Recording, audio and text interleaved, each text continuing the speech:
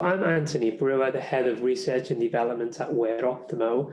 We've extensively used Microscopy Australia in the last 2 to 3 years as we've developed our technology. So what we do here at WearOptimo is we develop a new-to-world wearable health sensor.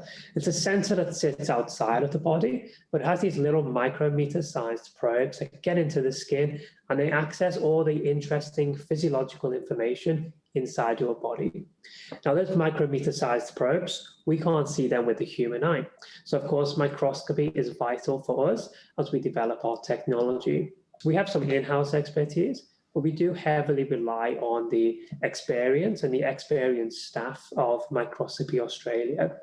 Because there's a wealth of knowledge there, it will take us a long time to get to that same level. So we don't try and do that. We try and collaborate actively, sit side by side with the Microscopy Australia staff to get the imaging and to work on the techniques.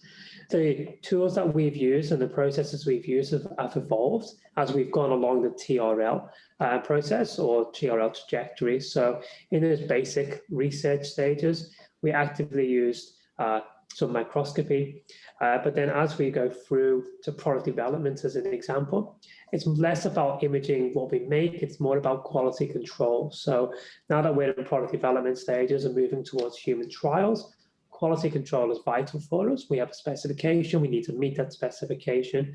So it's great to have a range of tools that we've been able to employ as we've marched along the TRL process from a very fundamental basic research 2 to 3 years ago to where we are now in that product development and moving towards human trials.